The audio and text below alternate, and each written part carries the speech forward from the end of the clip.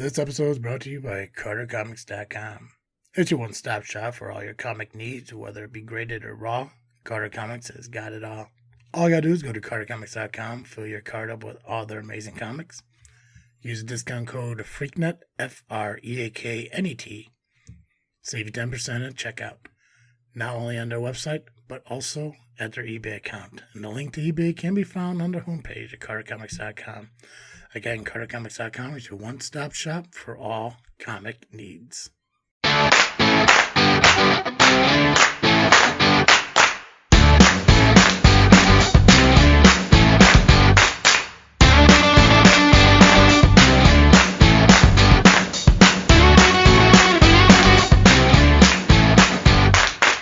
What's up, everybody? I am Travesty. And I am Pacman. And welcome back to another episode of This Freakin Show. It is the weekly podcast with a little bit of something and a whole lot of nothing. Cartton Joe is off at a family party. Which I know what you're thinking. Hey, aren't you family? Shouldn't you be there too? No, I got a wrestling show I got to work at tonight. So I'm at home, and Pacman, one of my co-hosts from JFW, was gracious enough to come over and run a show with me and continue on putting out This Freakin Show episodes and stuff like that. And it's weird because when I sit here and look at the time frame on when JFW started up and when This Freakin Show started up, just in this year and season alone, it blows my mind that JFW is still like 10 episodes ahead.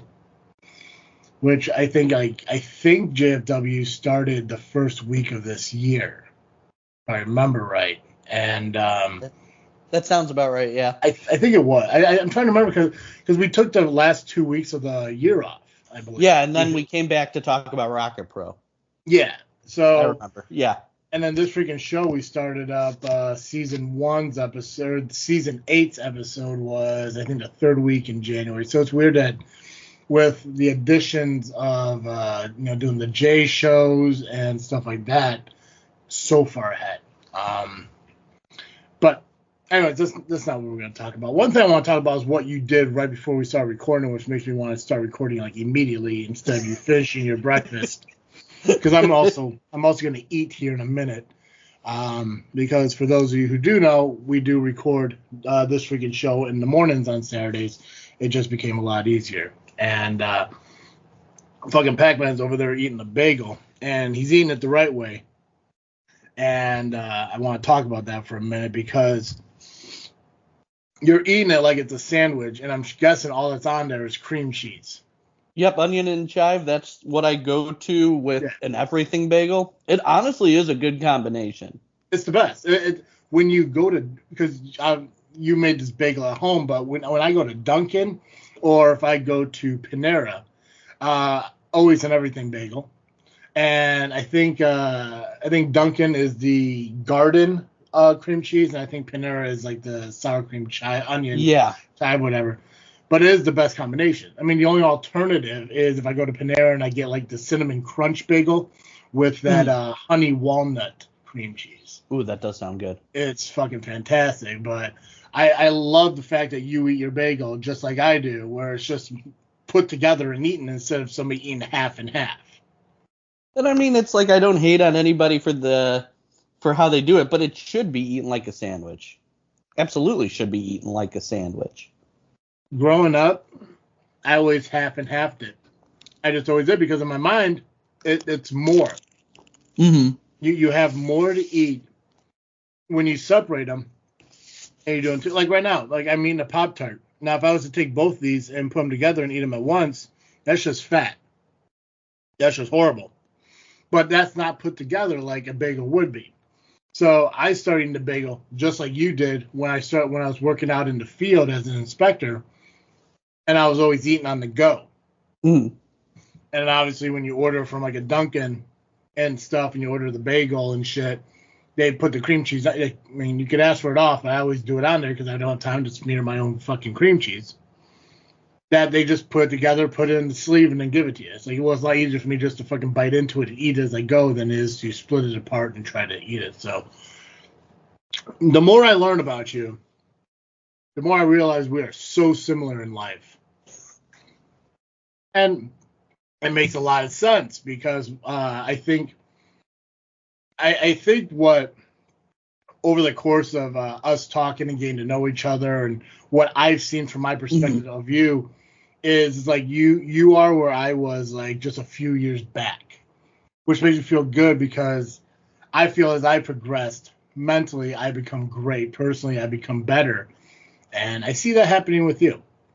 And some of the things that I see from outside perspective that worries me about you, I know is not going to be there forever.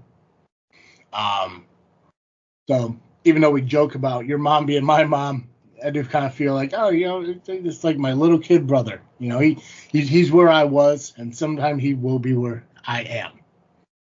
So it was pretty cool. And that's not giving you roses. It's just an observation that I noticed of myself.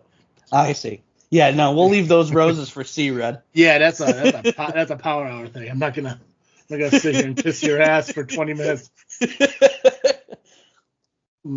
I love C-Red's roses. They're fucking hilarious. It's when he did it to me back in I think March when I was there or April. Yeah. It's an uncomfortable moment though. I'll tell you that much. It's weird hearing someone talk to you, and it almost feels like, because I'm sure C-Red loves doing it, but it feels like sometimes I think Steve puts him on the spot with it, especially like when he did it to Steel.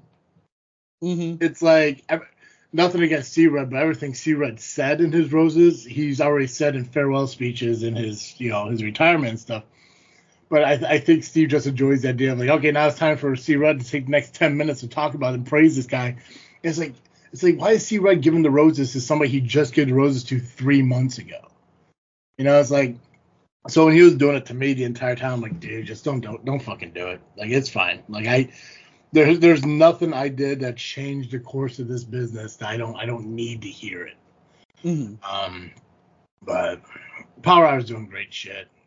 Oh yeah, no, and I mean the one thing that I love about Power Hour is, you're taking more of a positive look at the wrestling business as a whole and like really highlighting the people involved in it and showing people what they offer to the business.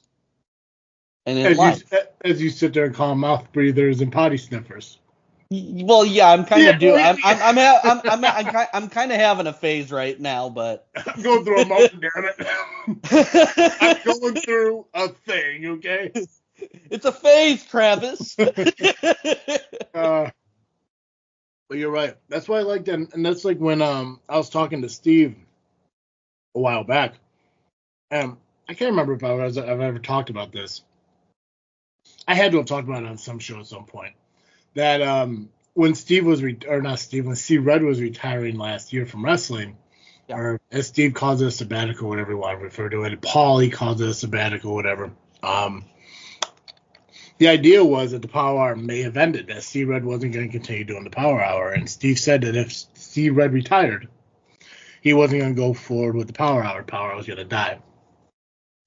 And that's where the initial idea of the Power Hour becoming part of Freakin' Studios. Now, it wasn't officially made until the night of the tribute show for C-Red, or the roast, or however you want to look at it. Was officially happened that night, but at the previous the previous Rocket Pro show is when I was talking to Steve, and I was asking, so I keep hearing that C-Red might quit the Power Hour.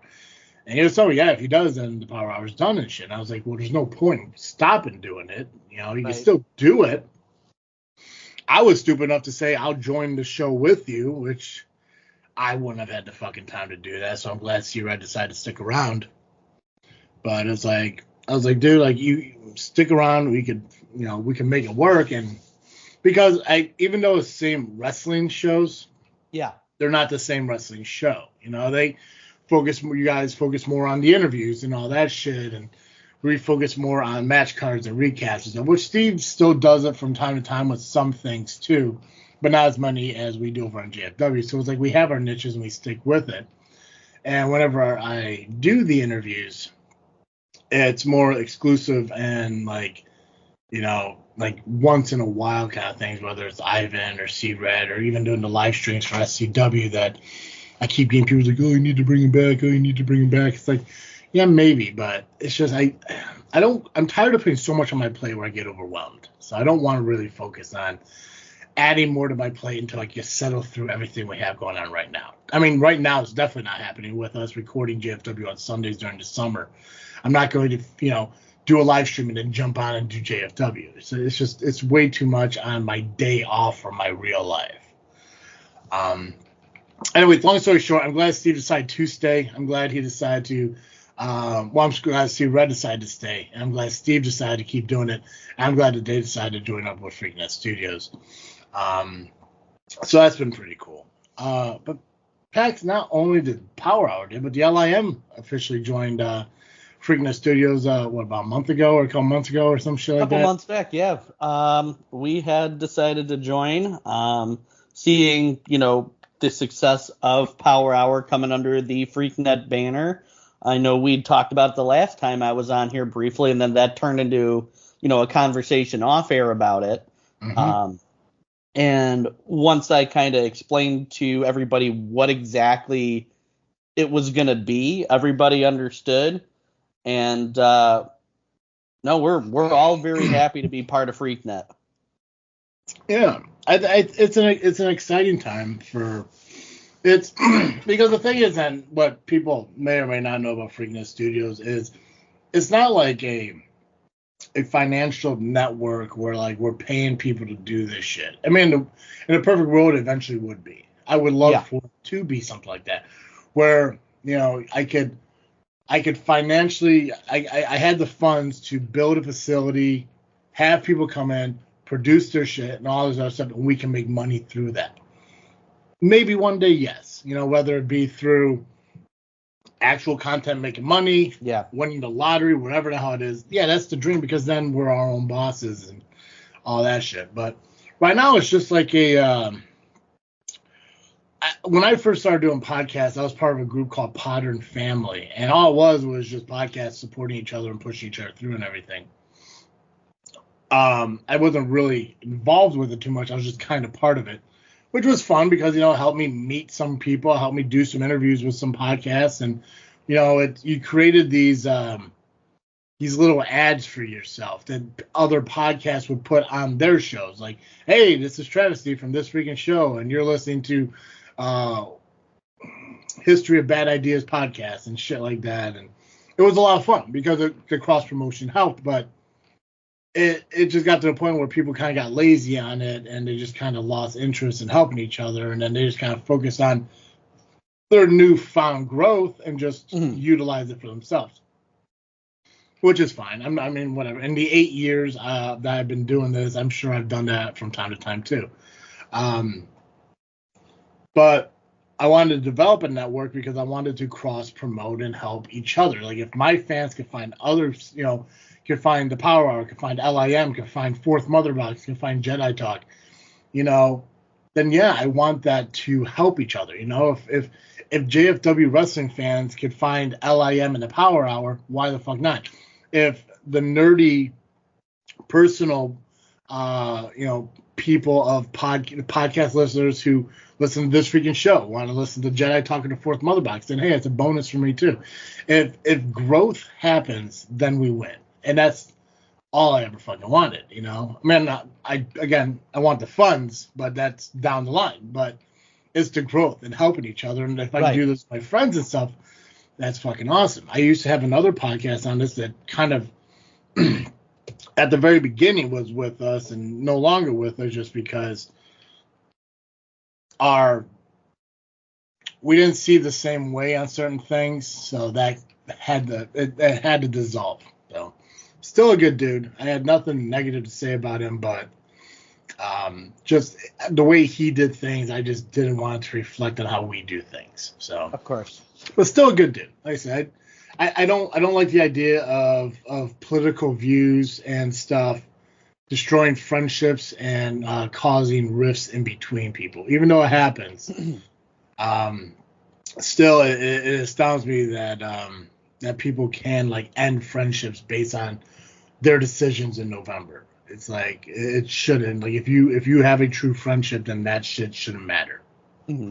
And I know we've talked a little bit about politics off air, and I used to I studied political science, and that's like the one thing that even I noticed like 10 years ago when I was in college, even before like Trump and before all of that, people really struggle to actually have conversations on the issues themselves.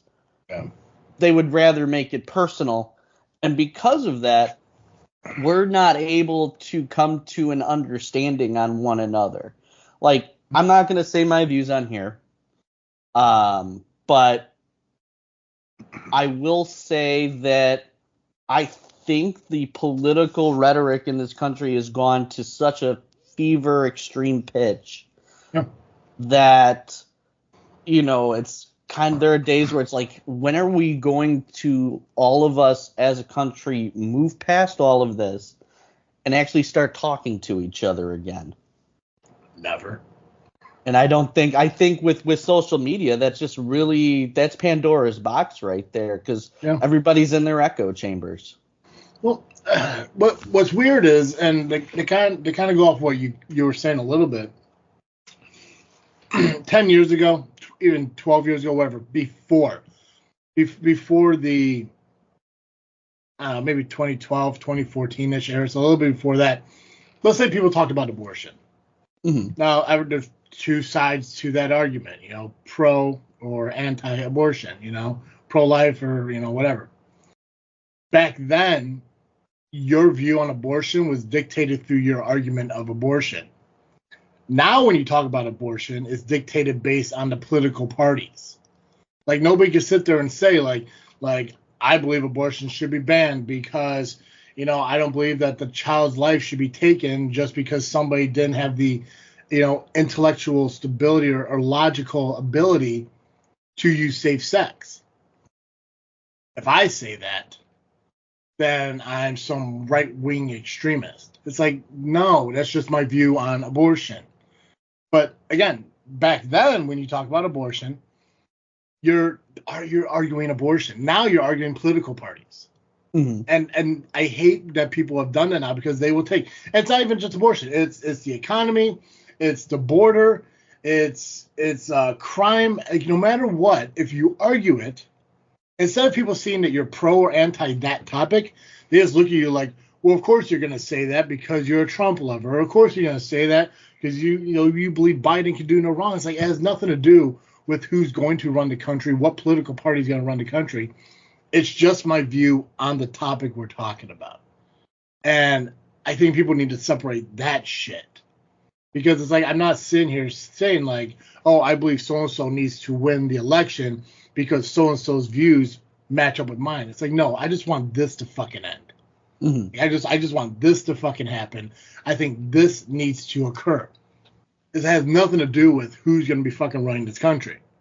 Because when you look at it logically, if it hasn't changed in 50 years, why is it going to change in the next 4? Yeah.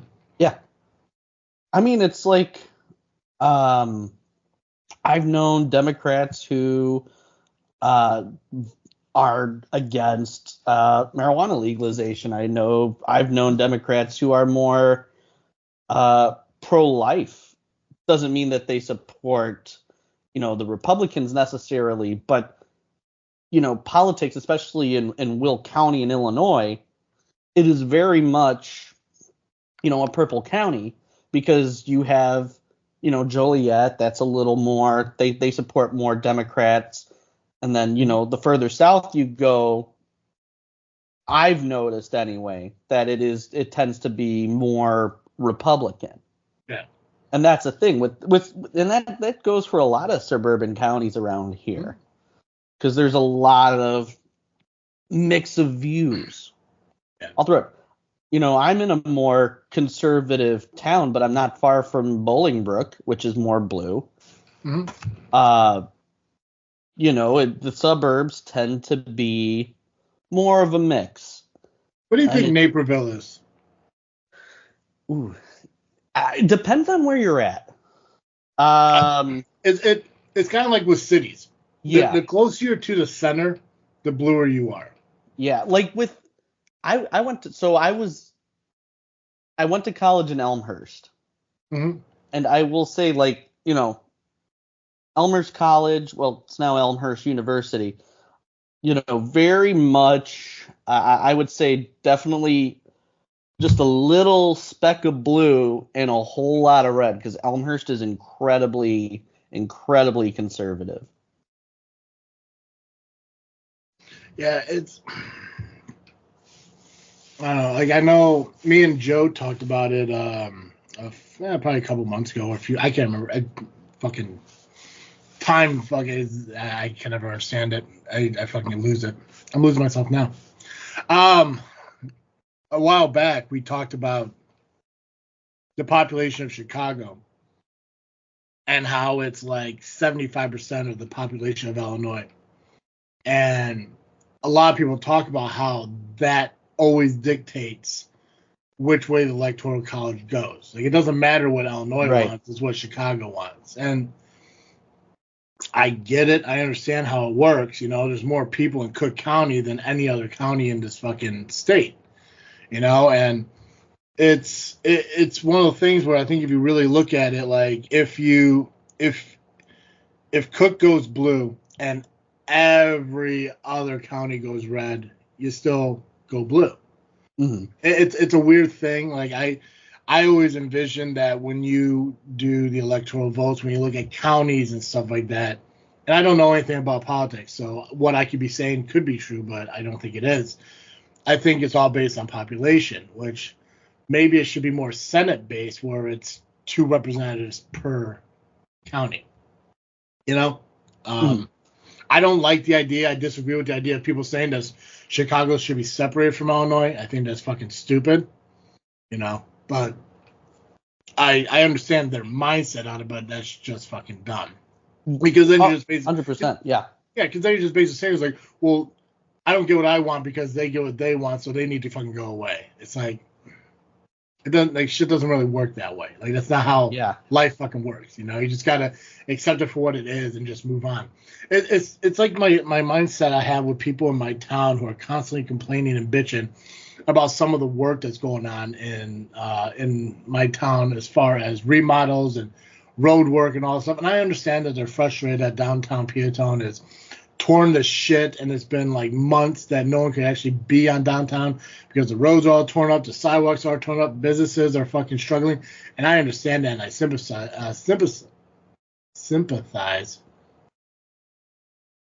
What am I trying to say? No, you said it right that last time. In my head, I keep thinking simp. You fucks. The sober, intelligent-minded person, planner. Exactly. Let's go.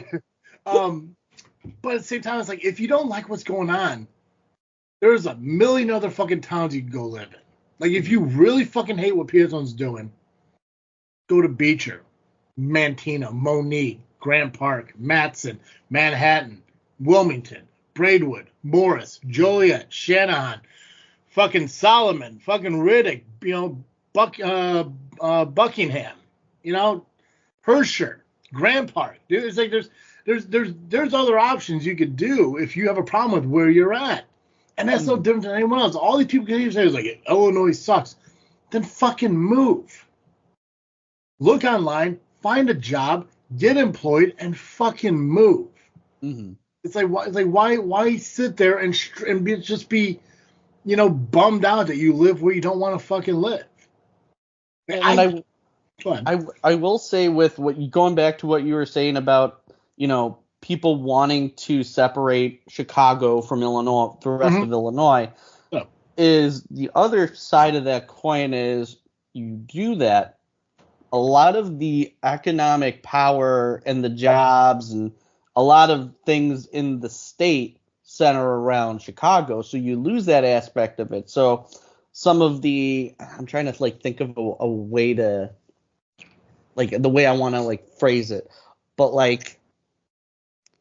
certain for people that receive federal benefits, for example, a lot of those tax dollars come from Chicago area. Now you lose Chicago, and then you have the rest of the state, funding those federal programs. Those federal programs, the quality of them, the funding that goes into them is not going to be the same without Chicago. You're talking about like food stamps and Food all stamps, that kind of thing, yes. Yeah, gotcha. No, you're right. Yeah, because it is income that goes away. Plus, if you separate Chicago, you're gonna lose that fucking Lake Michigan waterway access for shit coming in. You have to get it all from Indiana, and let's face it, Indiana sucks. Fucking Giggles moved there. Yeah, it's a goofy situation. I jokingly take credit for some things WWE does when we talk about it on JFW. And I can't wait for Joe to come back so we can take credit for the fact that Kamala Harris is now going to be running for president based on what we talked about last weekend. I know it wasn't a factor, but it's just kind of coincidental how I released a show on Sunday morning, and it just so happens that evening Biden steps down and Kamala steps up. So, was that us? Well, prove it wasn't. I don't know.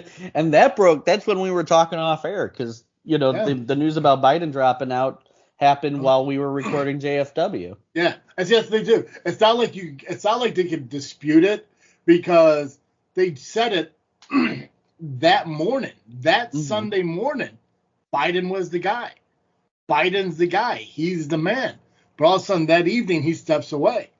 So it's like they just didn't listen to my show first. So it's like there you go. So changing the course of history we do at Freakin' Studios. Look at us. Look at us. What are you freaking drinking, Pacman? I am freaking drinking my usual extra large hot coffee with 5 creams and 5 sugars. Now, yeah, I'm guessing you order through the app? I order through the app and then I just go pick it up. Yeah, because before Dunkin' app, which I'm about to say, I think I'm 4 and 4 though. That's a lot of sugar, but mine's more 4 creams, 4 sweet and lows. So. But I remember like when I first ever went to Dunkin' I think I was like 22, and I was on a date with this girl up in Northbrook or Oakbrook or some shit fucking up there, and we went to dinner and we had a good time, and then after dinner we decided to drive around for a little bit, and she wanted to get coffee, and so we went to Dunkin', and apparently, like, you used to have to order, like, if you wanted extra cream and sugar, you're supposed to say lots of cream and lots of sugar. That was kind of fucking goofy, but I can kind of remember that. My aunt is the biggest, like, Dunkin' Donuts fan that I know, which is why it's usually, like, the main cup of coffee that I'll go for if I'm on the go. Mm-hmm. And she'll get hers, I think it's, like, she calls it Boston style, which I'm blanking on what exactly it is, but I know she always orders it Boston. They know what it means. I'm not supposed maybe it comes with a side of Ben Affleck. I don't know. Right. It makes you lose your car keys. Makes you lose your car keys. You can't smart park. Makes you support the pets. Boston style coffee. See, growing up, my dad had his art studio in the basement. The coffee pot was the first thing in the morning. My dad was shot out from the basement because someone threw me a pack of cigarettes and bring me a cup of coffee. I opened the drawer and had the carton of cigarettes, Virginia Slim menthol. Gross. And would toss them down. He'd catch them every time. Then he would... Time to make coffee. My dad was diabetic, so he used Sweet 10 in a squeeze bottle. That stuff tasted awful, blah, blah, blah. Next was milk because my dad liked his coffee Boston style, which means lots of milk. Oh, okay. So that's it. That's it. Okay, yeah. Dude, I used to have that when I was a kid. My grandma, fucking love her to death, lunatic, don't know why, would give a 6-year-old fucking coffee, but it was like it was like a quarter coffee and 3/4 milk. So like she called it a cappuccino. God bless. I miss and love her so much. God, it's weird. She's been gone 23 years. But yeah, I don't drink a lot of coffee. When I go to Dunkin' now, I get a large iced tea, black iced tea, and then those chorizo and cheese wraps. Ooh, those are good. They're probably the best out of the three. I think I tried all three of them. There was like a chicken Greek one or some shit that is just dog shit. So yeah. I don't want to talk about politics a lot though. I want to talk about something you're doing now. Oh, before you do, what are you drinking? I gotta ask. Well, good for you. I gotta ask. I'm drinking Essentia ionized alkaline water. Very good. I didn't accidentally. I ended up buying a case of water on Amazon because I needed something delivered to me the next day. And in order to get it, I had to buy $25 worth of shit in order to show up. So I'm through like, what the fuck do I need? What the fuck do I need? And then it came out like a 12-pack of these was like, I think it was like $14. And I was like, fine, it's just over $1. Or no, it was $8. It was $8. I was like, it was under $1 a piece. And I was like, fuck it, why the hell not? So I got them. And now I got 3 cases of them. And I don't know if it's helping, but ever since I started drinking them, I've been feeling a little bit better. But that could be a mental thing as well. I'm doing my CPAP machine and shit like that, so I'm sleeping a little bit better on that. Now I just got to figure out how not to be fucking fat. And I think maybe eating fucking Pop-Tarts ain't the thing, but I don't know. That's a whole nother story for a whole nother sad fucking time. But yes, ionized water, fucking delicious. I recommend if you guys got an opportunity to drink Essentia, fucking do it. I think they have like those watercrafts, like Brita filters. I don't know if you had them growing up and shit. I think they have them where like it kind of like ionizes the water and shit. I've had a couple bottles of it. It's very good. I like it. Yes. The off-brand Smart Water. It's like Casey's or whatever, but they have an ionized or alkaline like version of water, and it is good. I do like it. I want to talk about indie movies because you are in the process, along with the LIM, in creating a movie to dictate your current situation in the LIM over the course of this summer. So I told you, like, at one point, because whenever we do talk, obviously I got to talk about myself. I was talking about how, like, growing up back in, I think it was, like, high school, probably a year after, so me and a bunch of buddies of mine, we would make independent films or, our own, like, little fucking movies and shit. As I mentioned, there are at least 2 of them that will never see the light of day, at least by me. The other ones aren't that bad. The other ones are actually pretty good. But you're doing that now, man. And let's start with first question, because now we're in the interview portion of Pacman. What made you decide to want to make an independent film dictating the current events of the LIM during the summer of 2024? So we were thinking about summer all the way back in like December. And Gabagool had this idea for something that you're going to see in the movie, which I'm really keeping tight-lipped here because I want people to be surprised. Yeah. And I thought it was an awesome idea. Like, okay, this thing that he wants to do, how do we make this happen? And we originally, what we were going to do, we were going to do an LIM Civil War. That was the idea. And we were talking about, like, okay, so we want to do the Civil War. You want to do this thing. We can make this work in the context of this. How are we going to get this out? And Gabagool's like, let's make it a movie. So it was Gabagool's idea to turn it into a movie, which I think for me, what made me very, very excited about it was the fact that me and Gabagool, having known each other for 20 years, we both wanted to, we've always had those big pie in the sky ideas for things we wanted to do together. Mm-hmm. Like, we tried to start a band in high school. We only had one meeting. That almost happened. A band? A band. Like a legit band. With me, him, and one of our buddies. We almost did. Yeah. What was the band name idea? Planet X. Oh, okay. It was going to be called Planet X, and I know Gabagool's going to love the fact that I brought that up. Yeah, what kind of music? When he listens back. I think we were going rock and roll with it. Yeah, but covers, I'm guessing. We started right. We were gonna write songs because we had one of the guys in our group who was a songwriter, if I remember right. But we talked about that. Then we decided we wanted to make a movie. So we did actually try to make a movie when we were. So we're just ignoring the whole band thing. We're just gonna move on from that. Yeah. No, we're because not. No, we're not. No, we're not. Yeah, I got a couple more questions about that. What instrument were you gonna play? I think I was gonna sing, if I remember right. You were gonna sing, and then there were two other people, so guitar and I drum. think Gabagool would have been drums because Gotcha. he was in band and knew his way around a drum kit. Okay. And then our buddy Christian was gonna be guitar because he was really good with guitar. So no rhythm guitar, no bass. You're just really going out there 75% monkeys and Basically. Yeah. Okay. From what I remember, this was freshman year of high school, I think. Okay, so 2010 or whatever. Something like that. 2008, 2009-ish. 2008, 2009. Okay. And you say rock and roll now. You're talking about like Elvis? Talk about Nickelback?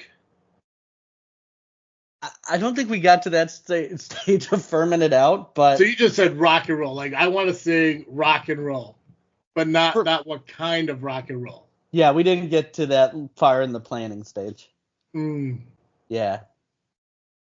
Gotcha. Okay, so Planet X. Planet X was a thing. What came first, Planet X or PX?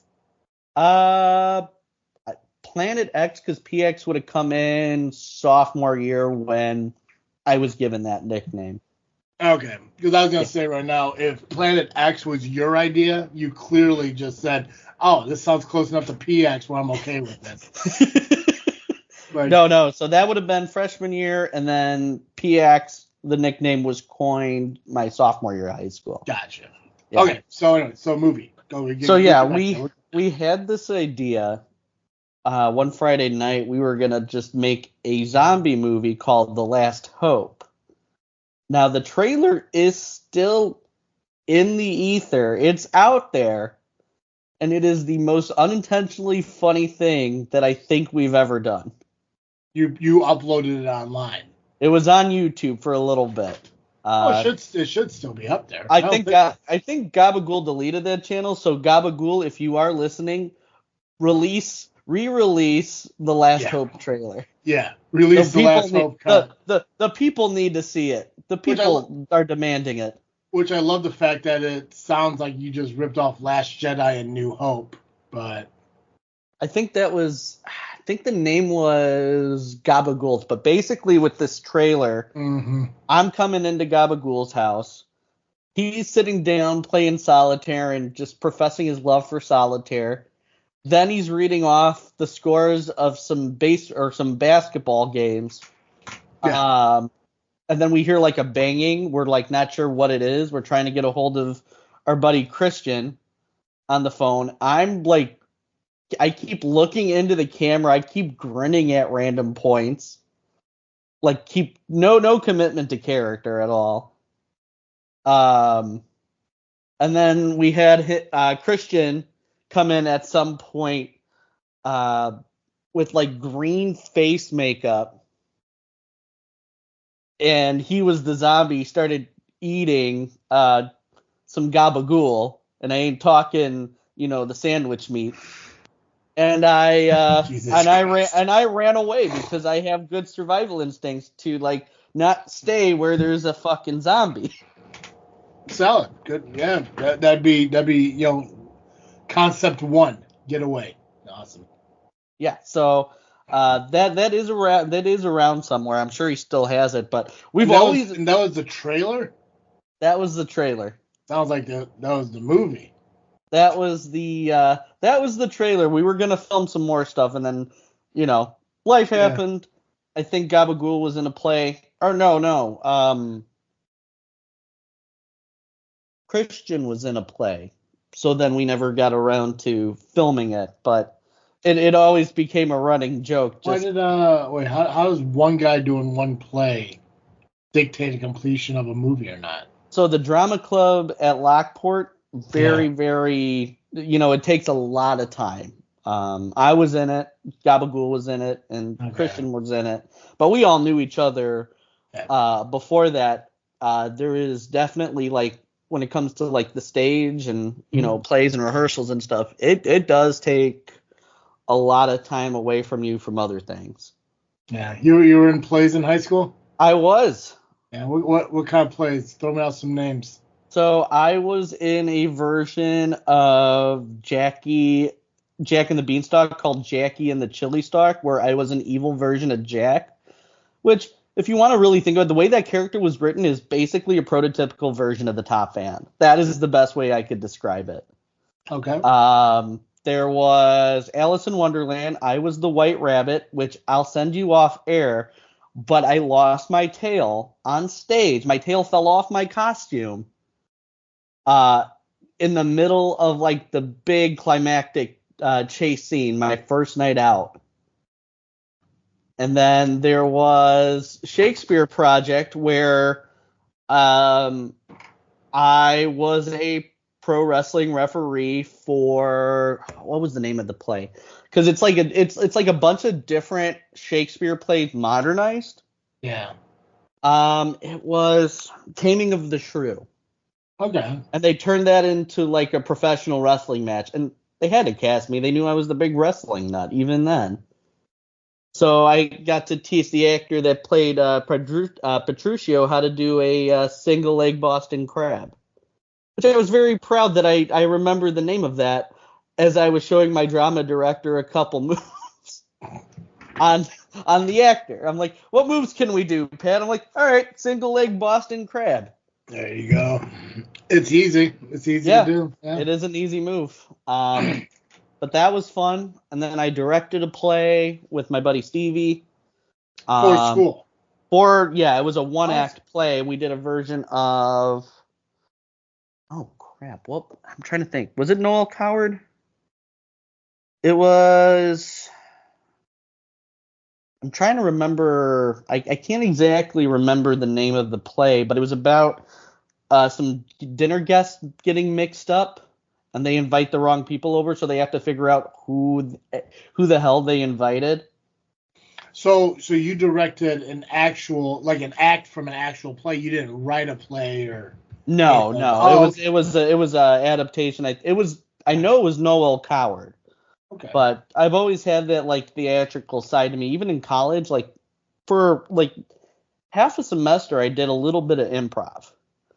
Which I will say, it is so much harder being funnier when you have to be funny, or, like, improv and think of things on the spot when you, like, have to, versus actually, like, doing it in real life, like, in real time. Yeah. So it was, I was not, I will admit, in the class itself, I don't think I was as good at it. Mm-hmm. But, I've always had that theatrical side, and that came from, my godfather, who passed away about 5 years ago. He was in plays. And, going back to the LIM movie, we got away from the Civil War story. Hold on. We still got to talk about me. Oh, yeah, that's true. Works. Yeah. That's true. First off, I do agree with you. I think when you do being funny instead of just being funny, it does kind of take away from it. Like when people sit there and like, people coaches like, oh, you should try stand-up comedy. It's like, it's not the fucking same. Like what I do, like on podcasting or in person to be funny, you can't make a stand-up career out of that. Like I couldn't go into an open mic night and put together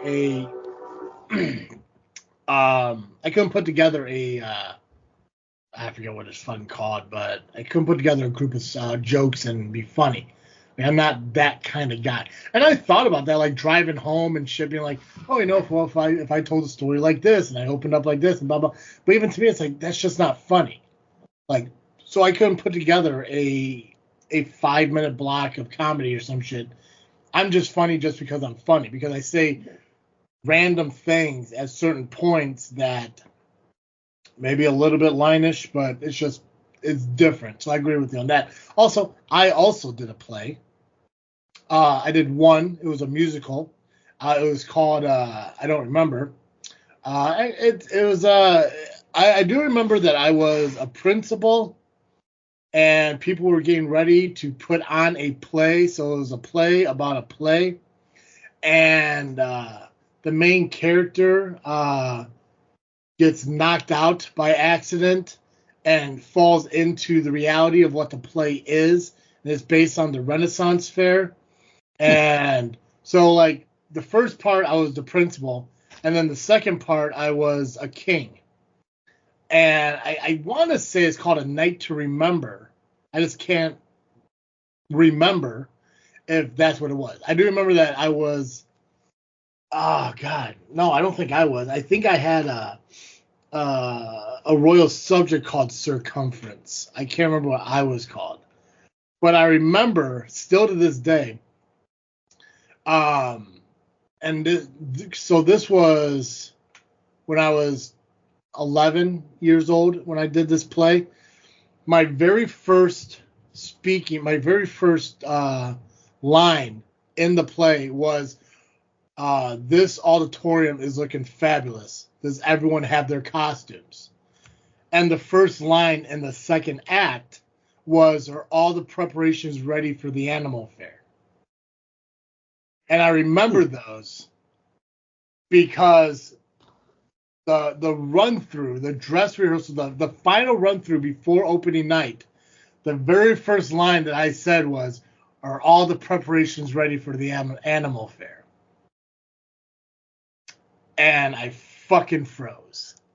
Because the moment I said it, I knew I was wrong. Luckily, it was in rehearsal. And I didn't screw up in the actual plays and shit. But the moment I did it,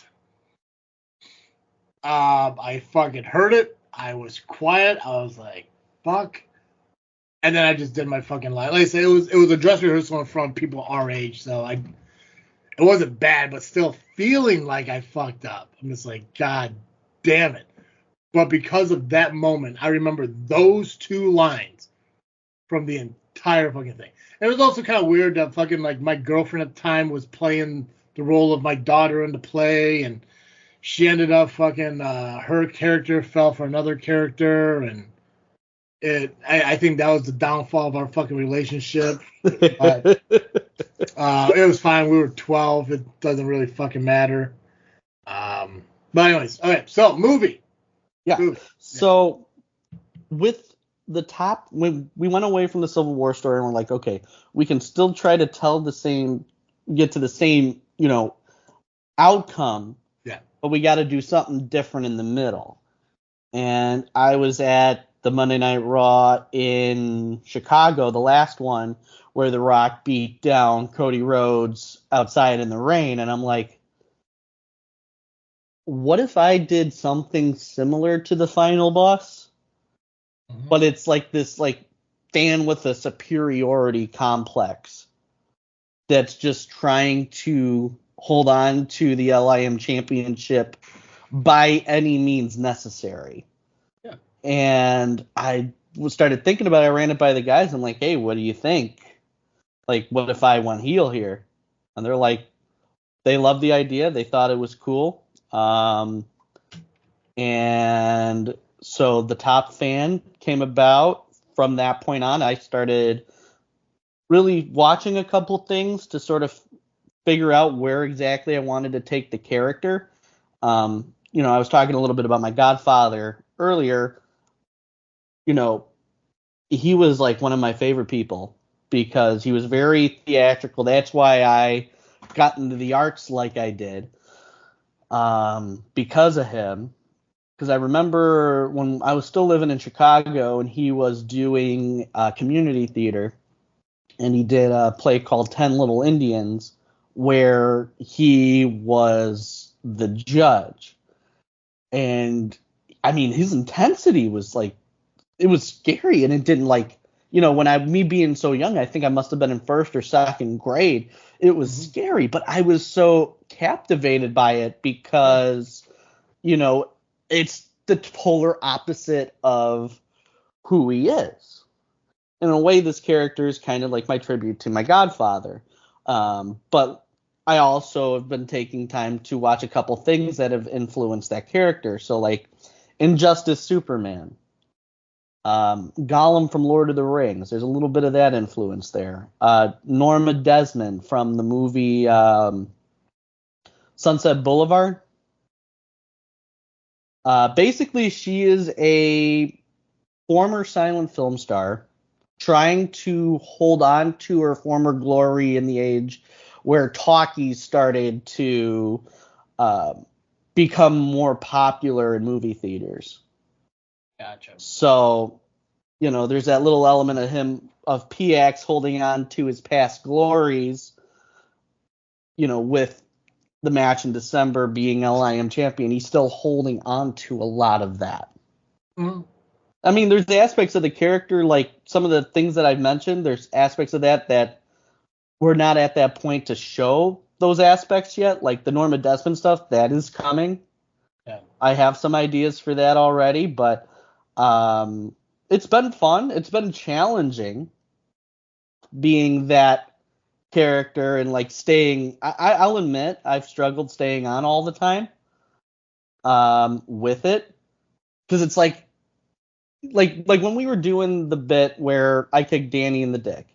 Like before that, I'm like, I'm gonna feel so bad about this. I'm like, you're the character. Why do you gotta say? You're the character. Why do you say dick? Why can't you say balls? Why is it when I'm over on JFW we can say, oh, he kicked him in the junk? Over here you got to throw up dick. Well, I mean, I kind of did. This is a classy show. Technically, you need him. I don't know why we keep saying. I like how we keep saying kick. Dude, you couldn't get your jorts up that fucking high. You know what? Fair enough. Fair enough. You 100% need him in the groin. But, I mean, it sold the story. Mm-hmm. It did sell the story. It's one of the things, like, if people were to look at it without knowing who the LIM is, they'd be a little bit confused because they don't know the story. Right. Like, why is this dude stealing this kid's wallet, so he couldn't buy beer and shit like that? But for people who are true fans of LIM, mostly Rocket Pro, hopefully that grows over time.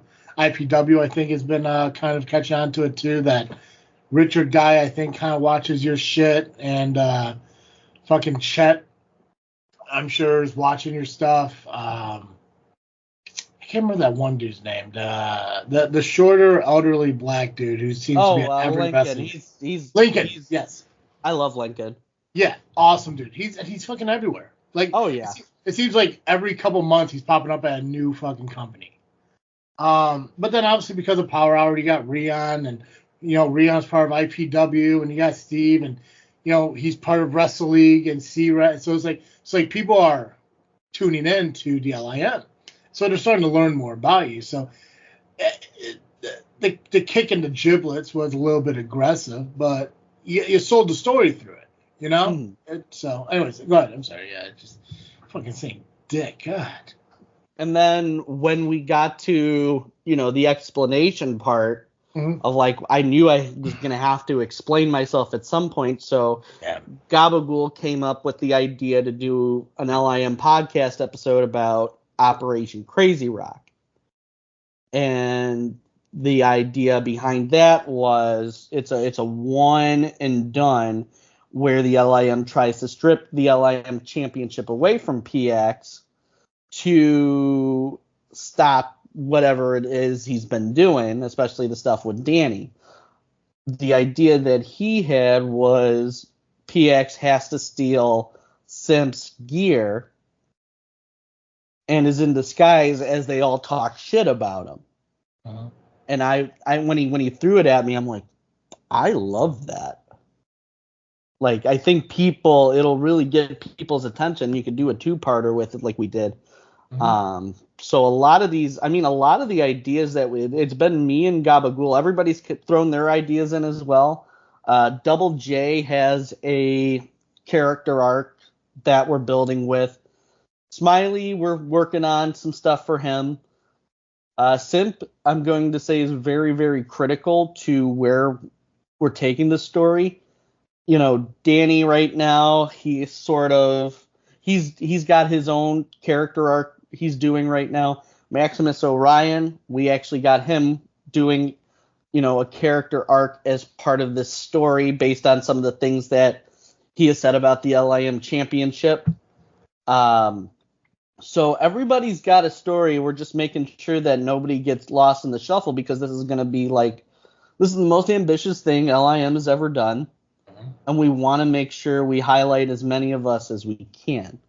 There are other people that are going to be involved with, the final product, which I'm not going to, necessarily spoil.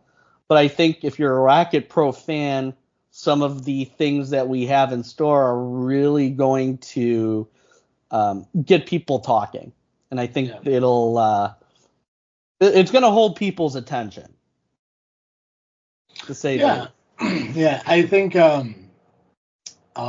production-wise, I think when it comes down to producing the movie, filming the movie and everything, is going to be the trickier part. Because the thing is, I said right at the beginning of the show, I see you and I see me in a sense. So I'm going to assume with you is exactly how you want things to look. Like in your mind, how you want the shots to go and how you want it to be filmed. And I'm only assuming it's a single camera, shot. So the difficulty is being in the shot and trusting that it's being shot the way you want it to be.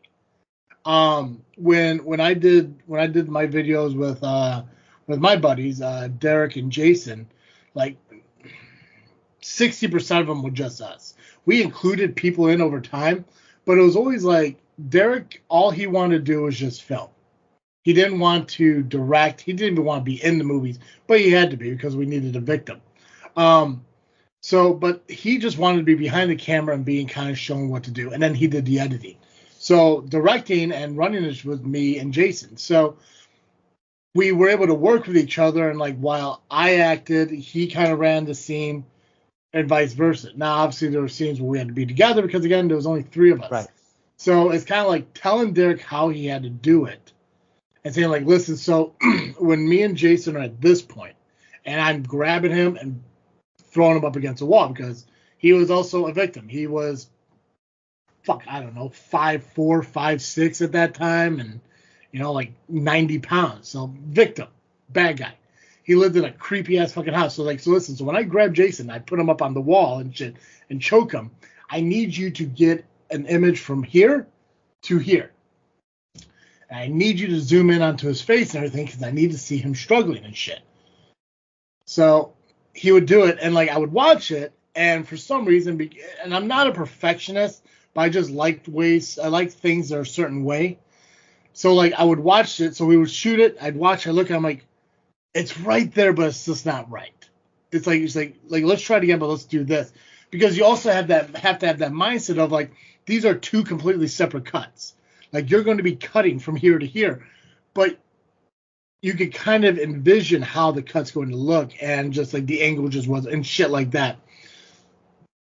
Agree or disagree? Are you like that? I have my vision for how I want things to look. Perfect example, we filmed a bunch of stuff last Saturday, and we had one shot in particular that when we get back together, because it's I was okay, I'll try it this way, and then if we need to reshoot it, as I review the footage, we'll come back and we'll refilm it later. And there was one shot in particular that I'm no, I think my gut was right on this shot. So that'll be something we'll have to work on.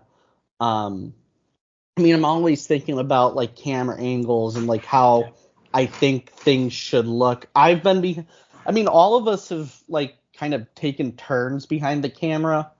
I filmed a sequence myself.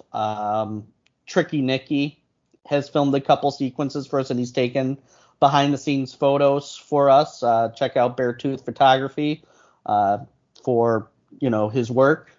Wanted to get that plug in for him. Gabagool has shots B-E-A-R and or stuff. B-A-R-E?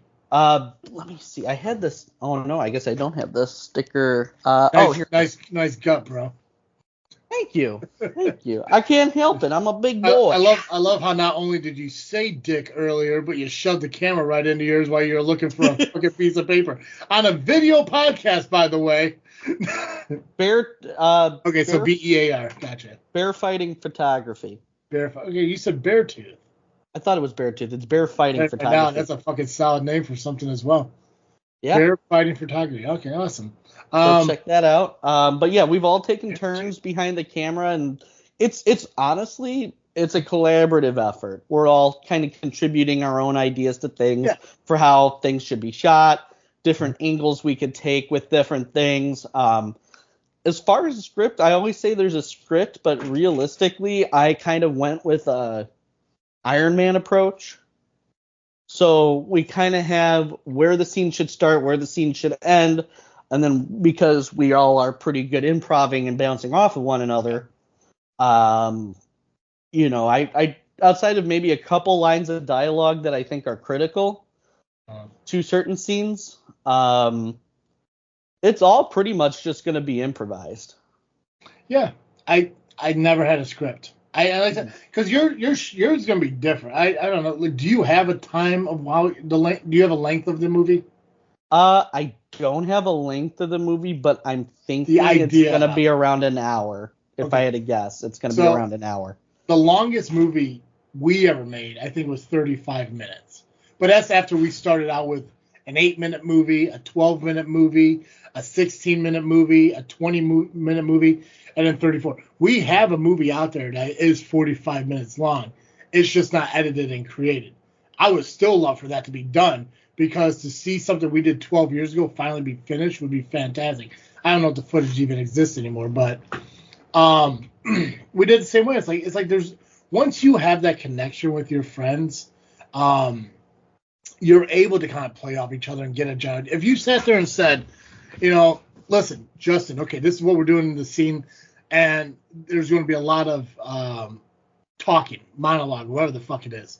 We'll just work together. Like, this is where we're at, and this is where we need to get. So let's get there. Mm-hmm. And knowing the connection you have with people, you're able to have a 10-minute scene of argument and disagreement, and it just flows and shit. And you know what? If you do fuck up, you'll cut, different camera angle, and then start over again. You know, and that's what I loved about working with Jason and Derek on the movies, because we had those connections where we had like understandings. I love Derek, and I'm glad that he went to college for this shit. And I think this has something to do with it, because he also understood that you had to have different angles. So we, so even like when me and Jason were like flowing through and doing great, like Derek would yell cut and be like, I'd be pissed. I'm like, dude, we were going. He's like, hold on, I gotta get a different angle, because he also understands that you can't have one single shot for 10 fucking minutes. You have to get different angles. You have to give the illusion that there's different cameras shooting this footage and shit, because all of a sudden now you're just watching, well, basically like our podcast right now. It's not just just me talking, just you talking. It's both of us here stationary, and he understood that. And once we incorporated that, then the movie started looking a lot better. Once we started bringing our friends in, the movie started looking a lot better and shit. So the idea that you guys collectively understand what you're doing could come together without issues. Because, sometimes people have an idea, and that's going to be my next question for you. When you have people come in and say, okay, I want to shoot it this way, but then somebody has a different perspective, sometimes a disagreement can happen. And like with me and Jason, if I think we should shoot something this way, but he thinks we should shoot something this way. It's like, well, I get what you're trying to do, but it doesn't make sense for what we're about to do next. It just makes more sense doing this way, but it's because he wants to change the next thing.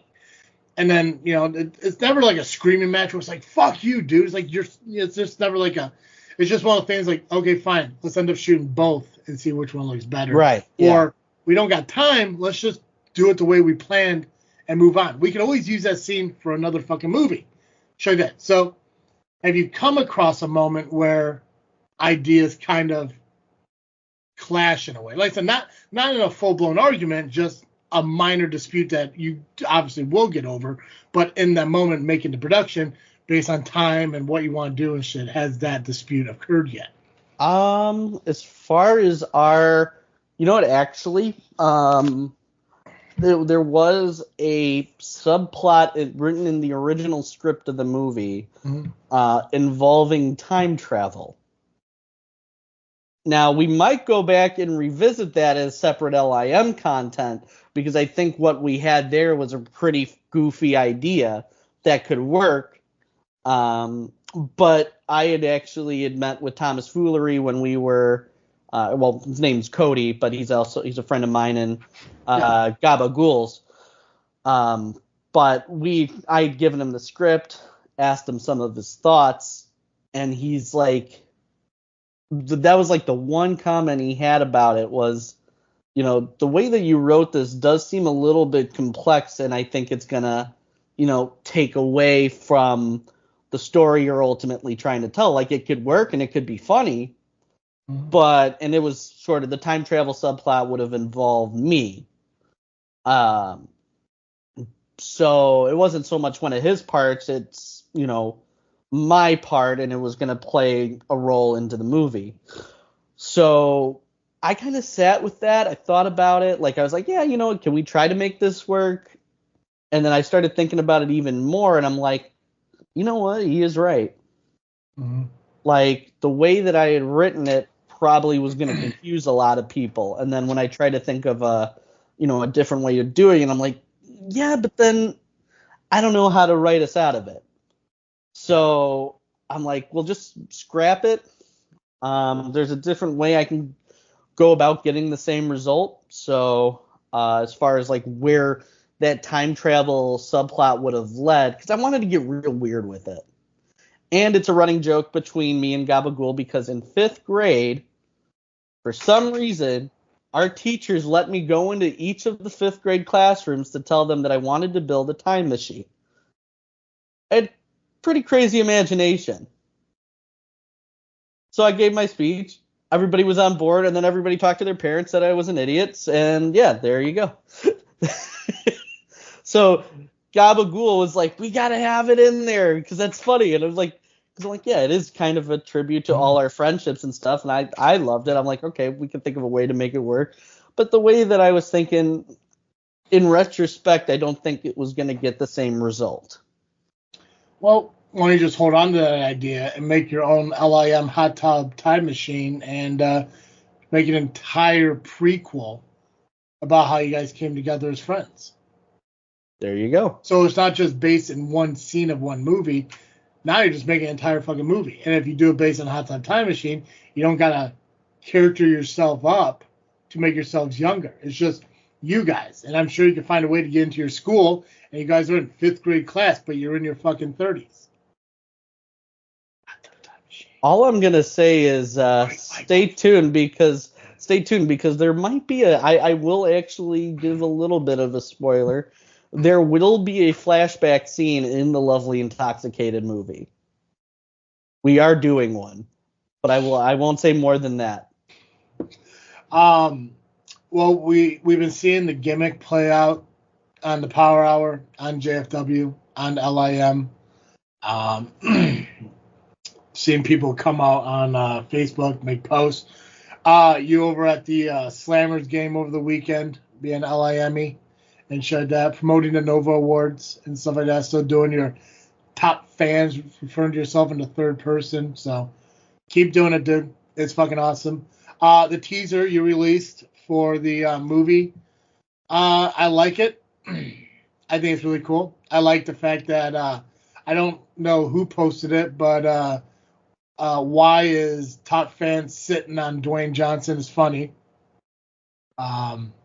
But the trailer is really fucking cool. It gives it that, because the thing is, like, when I'm imagining the movie, and I don't know until it comes out, I'm imagining a comedy because that's how I imagine the LIM. But when you watch the teaser, it's more of a serious movie. I can only assume that it's going to be a blend of the two. I would say so. Especially when we get to what where everything is leading to. When we get to that, it's gonna be ridiculous. It's gonna be fun. It's gonna be LIM pretty much in its purest form. Mm-hmm. And we're gonna make something really entertaining. And I think what we got in mind for how this whole Top Gun story is gonna wrap up, I think it's gonna be really funny. We all have a lot of ideas for where we can take things. I mean, we're going to be using, for that scene in particular, there were some ideas that you threw my way that we're planning to use. Who did? You did. I don't remember what I told you. My memory. Well, I can't. I can't say what you told me, but I do. There was one or two things that you threw our way that I was like, you know what, that's really fucking funny, and that's on brand for us. So, there's a good chance that if I watch this movie, when I watch this movie, that'll probably be my favorite scene in the movie. If you were to tell me, like, well, I'm sure it was your idea, I'm like, oh no, man, I guess that would make sense. Yeah, dude, my memory is dog shit. That's not a travesty gimmick. That's a fact. Dude. My memory is dog shit. So I'm glad if I tell you something, you remember it, because if you ever came up to me and said, hey, what was that one idea you told me to do? I'm like, I couldn't fucking tell you. So we're using, you know, a lot of goofy ideas. There's going to be some cameos. There's going to be, you know, laughter. There's going to be, you know, maybe some tears. It's just going to be LIM just being LIM. It's just a bunch of friends who've known each other for a long time and are now, you know, getting to do the one thing that, you know, we've always wanted to do, and is that more long form MCU style, you know, build up to what our end game is. Yeah. And I think people will be very excited about where things are going to go. I'm going to say that this movie is going to change LIM as you know it. So there's going to be a lot of huge implications from this movie on where we're going to take LIM after it. Yes. Well, I did mention teaser came out. It's over on the Lovely Intoxicated Men's YouTube channel. So you guys can use a search Lovely Intoxicated Men on YouTube. Or if you go to Freakin Studios YouTube channel, it's in the featured because LIM is part of Freakin Studios. Also, the link is on their Facebook at Lovely Intoxicated Men -- Rocket Pro Superfan or whatever the fuck it is on Facebook. When's the movie coming out? Labor Day weekend. We have it originally set for August 30th, and that's the goal. But if we need more time that weekend for editing and post-production, I definitely want to give us that chance. But regardless, it's still going to come out Labor Day weekend. We should have everything filmed. We might do like a little bit of reshoots, and then there's some more scenes we got to film, which we're still working on getting organized. But there's one big day that we got coming up where we're going to try to wrap production so then we can get into the post-production phase. But even with that, I'm still going to be like, we're also going to be editing the movie, you know, as we film it too, and just edit it into chunks, and then it'll be easier for us to just put everything together later on instead of just like, okay, we have all this footage, now we have 2 weeks to do it, go. And I think that's going to be very stressful for, you know, I think as far as editing, it'll be me, Simp, and Maximus Orion doing, you know, aspects of editing. So we're just going to do it a bit at a time as we get footage. But basically, if all goes well, August 30th is the target date, but we can certainly move it back if we need to for editing purposes. Gotcha. Premiering on YouTube? It'll be exclusively on YouTube. There you go. I'm excited to see it, man. I'm excited. Hopefully it does come out sooner than later, because I do got the cemetery vlogs that I'll be dealing with that week. So I'd like to try to get in and watch it when it comes out. So I'm excited, man. And I'm really interested in seeing what I told you. Don't tell me. I want to see if I can figure it out. I want to see if I can figure it out. But I'm trying to have it come back to me now. I'm excited for you, man. I think it's really cool. It's gonna be a lot of fun. We're all having fun filming it. Yeah. And that's end of the day. Like, we want to get the story over. We want to get people involved. I think to a point we've done that, but I will admit I don't think it's gotten quite the attention that we're like hoping for just yet. And I'm thinking of different things we can do in the meantime to like try to boost that interest again, because I want to make sure, and I think we all do as LIM, want to make sure this is something people really, really want to see. I think everybody, like FreakNet, our FreakNet partners, Steve, I'm grateful for everybody letting me like be that character on the shows, because that also helps me sort of build that character out and play with it a little more instead of just like waiting for the next LIM vlog or the next podcast to do that. Like, I have been playing and experimenting, and it is challenging because, it's a complete 180 from who I am. And that, I think, is the biggest challenge for me. But it's something I'm having a lot of fun with. Well, think about it this way, Pacman. Okay. You shared it on your LIM Facebook page, your teaser. Mm-hmm. Have you shared it on the JFW Facebook page? I did. I was the one that put the Dwayne Johnson post. Did you share it on the Freaknet Studios YouTube page or Facebook page? I do not think I have access to that yet. You should have access to the Freaknet Studios. I sent you, Tom, and Steve all access to the Freaknet Studios Facebook page and said, share your shit on here, because I was doing it, but between Jedi Talk, Fourth Mother Box, LIM, the Power Hour, JFW, this Freakin Show, it's a lot. So I gave you guys all administrative access to it to share your shit on there. I don't know why I didn't get that. Now here's another thing, and I will tell you this too. If you send me that video, your teaser, which I think you probably sent it to me through Facebook Messenger. It's small enough. I'll throw it at the beginning of our video podcast. Okay. All you gotta do is ask, bro. It's as I said, Freaknet Studios is here to help each other. Okay, I'm gonna put the audio podcast out here, I think on Monday or Tuesday, but the video podcast comes out a few days after. If you send it to me, I'll throw it in on this fucking video. But you're doing a good job. So don't sit there and think that, it's not getting the attention it is, because I'm sure it is. It's just that you're not getting the reactions to it, but I'm sure people are seeing it. But as I have said numerous times to you, it can't all just be on you. It needs to be on everyone else sharing it and promoting it and stuff like that. But I'm sure the eyes are on it. I'm sure it's going to be great. And you still got, what, four more weeks of promotion? So that gives you, what, 4 JFWs, 4 Power Hours, 2 LIPs. We got 3 more. 3? We're gonna do we're gonna do a Nova's episode, an episode covering the Nova Awards. We're gonna record that this week for release. I think Sunday the 3rd or 4th, something like that. Yeah. Okay, so you have almost a dozen shows to promote it on. You have Facebook, you can continue to promote it. You got Instagram, you can promote it. You have TikTok. So I'm guessing that this teaser is on TikTok, is on Instagram, is on Facebook, so people can see it. So it's getting out there. You just got to utilize all aspects and avenues that you have.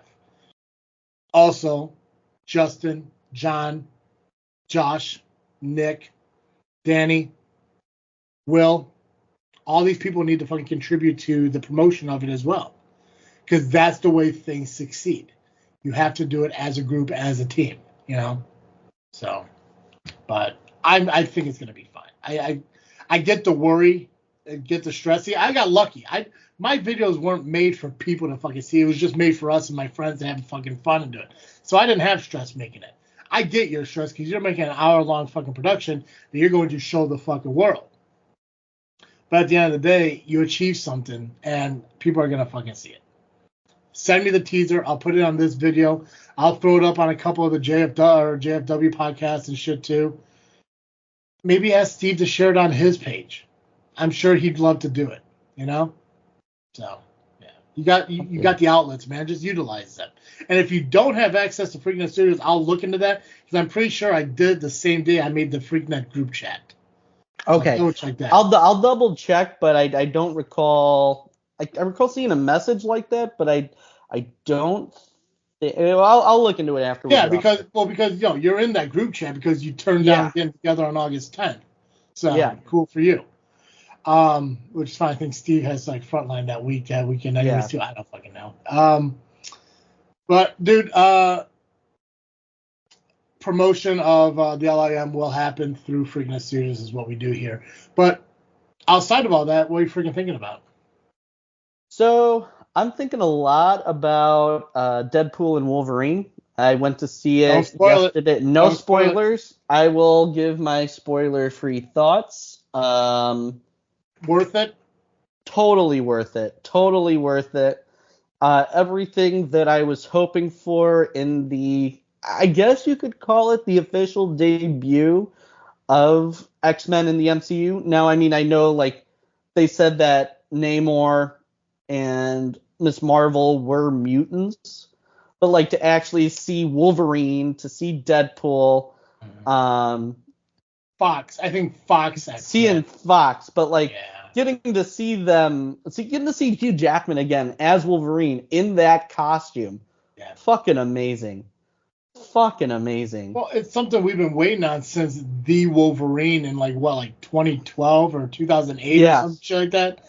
So we're talking about almost a decade of him opening that briefcase and seeing the fucking helmet. Now I know a lot of things. Again, don't spoil it. But I know a lot of people are questioning, does he ever wear the fucking helmet?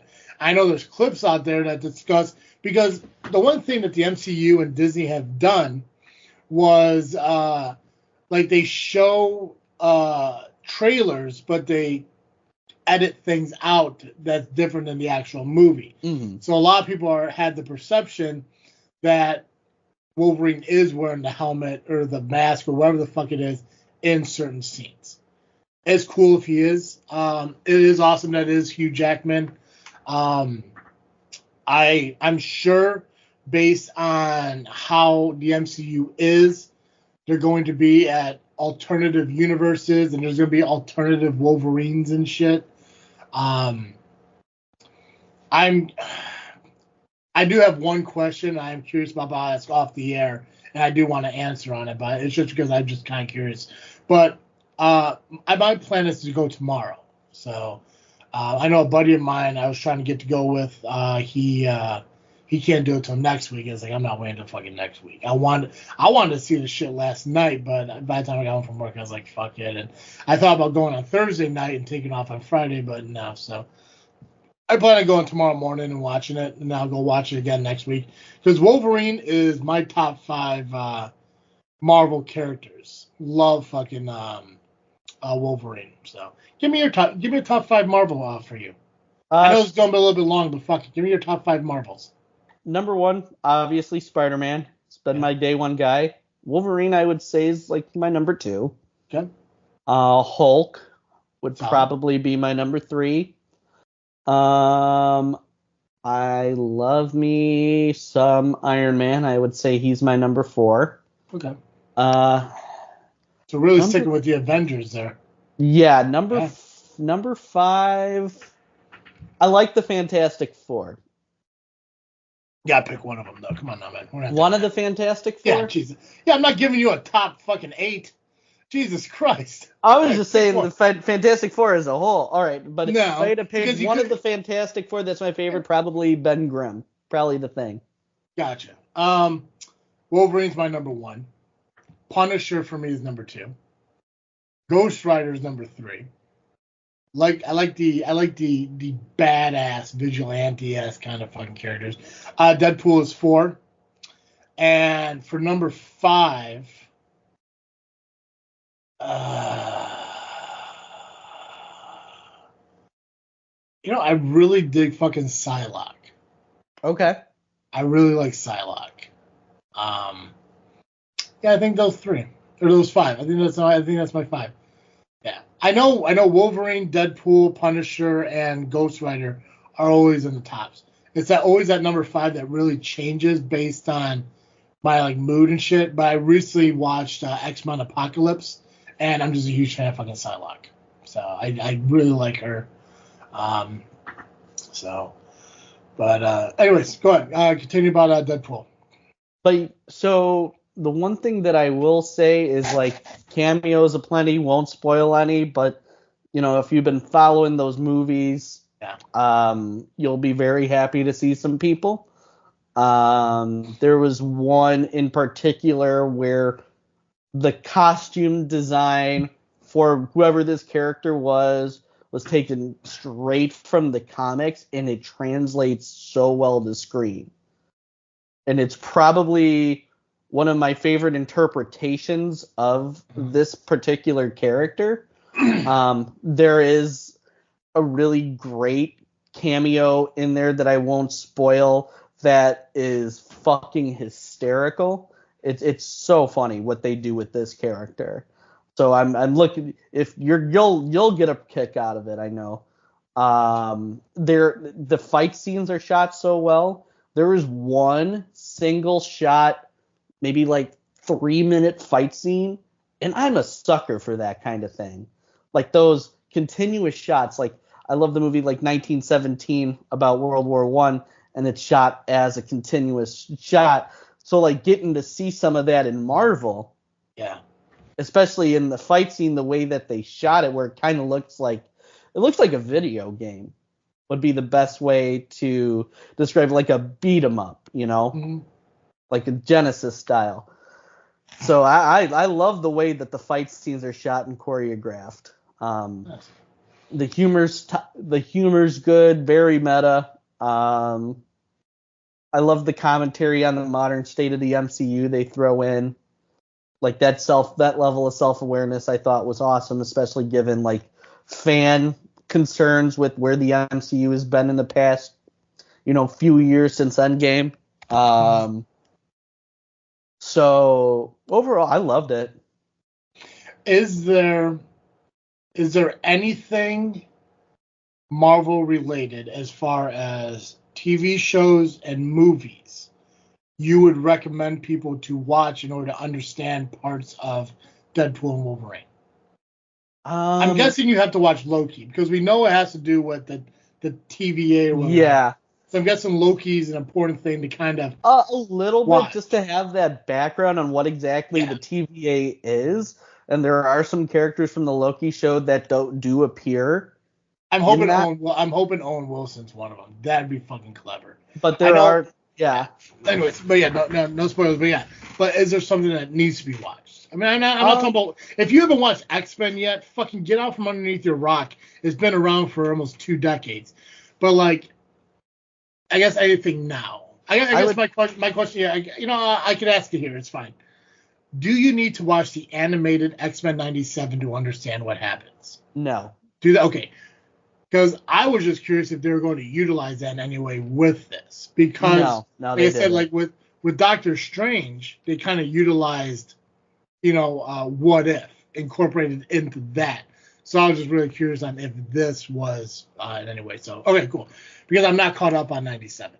I thought I was, but apparently they came out with like 3 more episodes. So I'm not going to fucking binge watch it. I'm going to as soon as we're done here, I'm going to fucking nap skis, get ready to fucking commentate a wrestling show, and then I'm going to go to bed. Here's the thing, dude. If I get out of this fucking wrestling show tonight, there's a 10:40 showing of fucking Deadpool at Movies 10 in Bourbonnais, and if I get out of fucking SCW but in time to go, I will go watch it tonight. Because I really want to fucking see it. Yeah, it's terrific. Watch for spoilers though, because I had a lot of those cameos spoiled for me because certain friends posting certain things. Which is fine. I mean, it didn't really take away from my experience because when certain things happen, I still reacted to it. And it was a quiet theater at 8 a.m, and I'm the one whooping and hollering. I'm like, oh shit, it's that person, even though I knew it, but oh! Right. Well, I know, because I know the original Sabretooth is in there. We saw that in the trailer. Yeah. X-23 is in there. We saw that in the trailer. Mhm. I'm curious on if Hulk's in there because there's a lot of Hulk Wolverine animation. I know there's rumors of people and shit like that, so it's interesting to see which rumors are true, which rumors aren't, and who they really do bring back as far as because the thing is too is like we gotta keep in mind that the Logan that we're seeing is not the Logan from the Deadpool planet or space or whatever the fuck they're calling it. Mhm. It's from a different one. So because as far as I can tell, and this is just going based on what I'm seeing in the trailers, is the Wolverine in the Logan movie is the Wolverine of our time, is the Wolverine of our universe. Right. He died with X-23. So this is a different one. At least that's my perspective that I see based on the trailer. So going into it, that's what people need to realize. Like this is not the Wolverine that we've always had. It's gonna be curious. It's gonna be curious to see too. And again, this is what makes me want to go fucking see this tonight because there's all these fucking questions. Is do they answer where Wolverine has been through this MCU? That's also a curiosity of mine. Was he fucking blimped away or whatever the fuck it was? Has he been around, when New York was fucking attacked? Shit like that. Mm-hmm. Because I think the one thing they have to do, why they're incorporating X-Men in, which is very similar to like the Eternals. Like once they came out with the Eternals and, they had to answer where the fuck were they when all this shit was going on? And they answered that in the movie. They only get involved when needed. And they didn't need to get involved. So I'm hoping they answer that. If not in Deadpool Wolverine, once they start incorporating X-Men a lot more. So I'm thinking this is the start of like more incorporation of the X-Men. Mm-hmm. Because like X-Men is probably my favorite superhero team. Like I like the Avengers.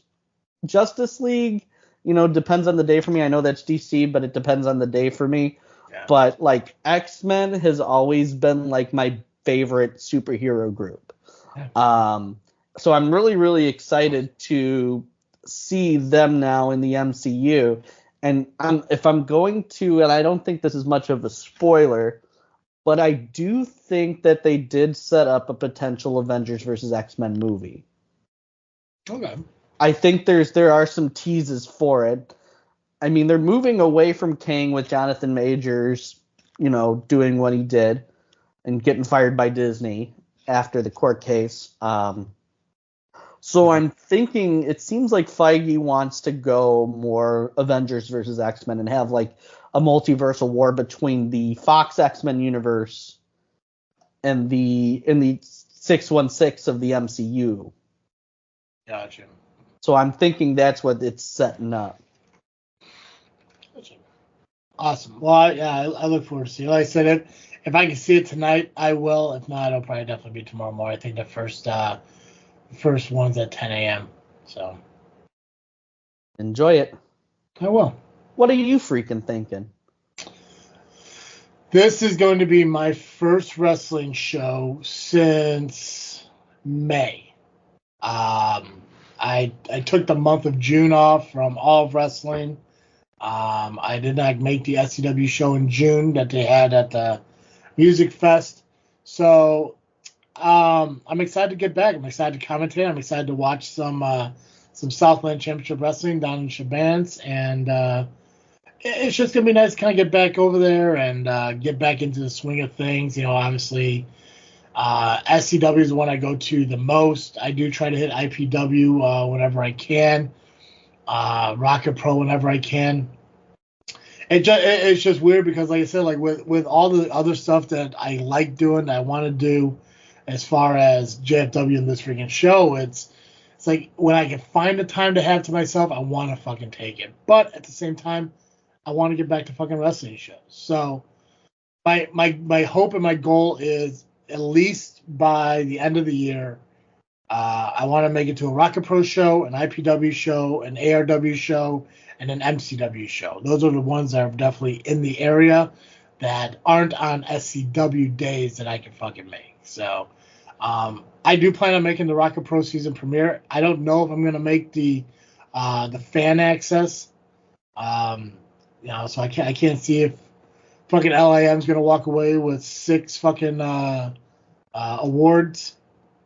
But maybe. Sweep. I'm seeing a sweep in our future. Yeah. Yeah. Yeah. Are you guys on every single category? 6 of the 8 categories. So it's not a sweep then.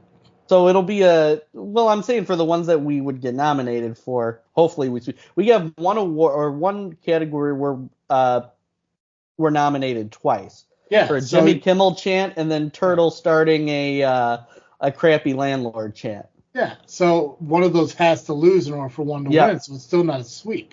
I don't think you know what sweep means. Yeah, my house is a little dirty right now. I should probably fix that. I don't know what's worse, that dinner tray or this fucking carpet shampooer. But this is where we're at.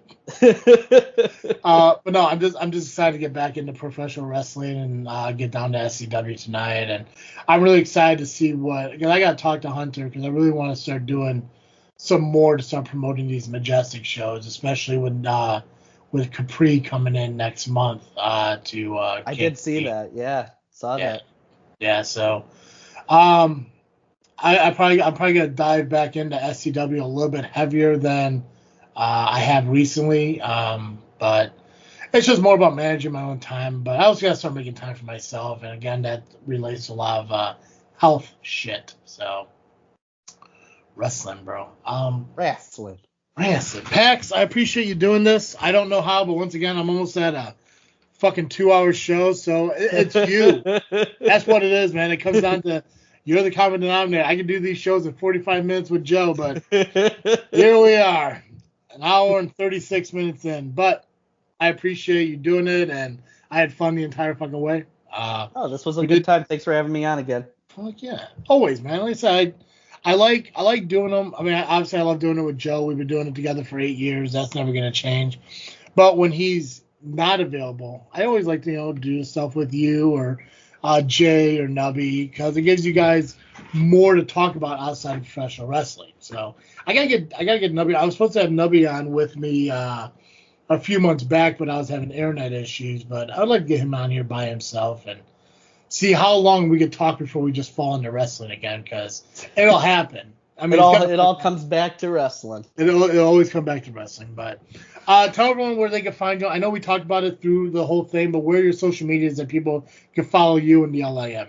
You can follow us on Facebook at the Lovely Intoxicated Men, Rocket Pro Wrestling Superfans. We are on TikTok and Instagram at we_r_the_LIM. You can go to our YouTube channel at the Lovely Intoxicated Men to check out our podcasts and our vlogs. We do have a Twitter, but I barely use it, so I'm more than likely just going to get rid of it because it just hasn't really, it just kind of is sitting there. But those are the big places you can find the LIM. And stay tuned because we do have a very aggressive ad campaign coming for the Nova Awards. We have a strategy, and I think it's a winning one. There may be nuclear weapons involved. That's about as far as I'm going to say. I'll explain that one off air, but I have this stupid fucking idea for a bit I want to do. I think it'll make people laugh. Perfect. Oh God. Again, follow Pax and the LIM on social medias. Follow us, This Freakin Show, on Facebook, Instagram, and Twitter just by searching This Freakin Show. You can listen to our podcast wherever you pick up your podcast at. Just search This Freakin Show. Subscribe, rate, and review. If you want to watch, you can do so over at the Freaknet Studios YouTube channel. Make sure you subscribe over there and hit the notification bell for when you know these are coming out, as well as any other video that we may do over and Freaknet. I was actually talking to Joey not too long ago, and actually it might be a video you may be interested in getting involved in. Okay. Is we're going to drink ourselves across the United States. I'm probably going to I'm going to try to find a bar to work with in town here, and we're going to drink the most popular alcoholic beverage of every state. So might if you're interested, you had me at alcohol. Yeah, but it's not all fucking old style, so. Oh, I'll take it. Yeah. Alcohol's alcohol. I'll drink pretty much everything, but. Oh yeah. Pretty much anything. Guys, that's all I got. As always, I am Travesty. And I am Pacman. And thank you for listening to another episode of This Freakin' Show. I'm out.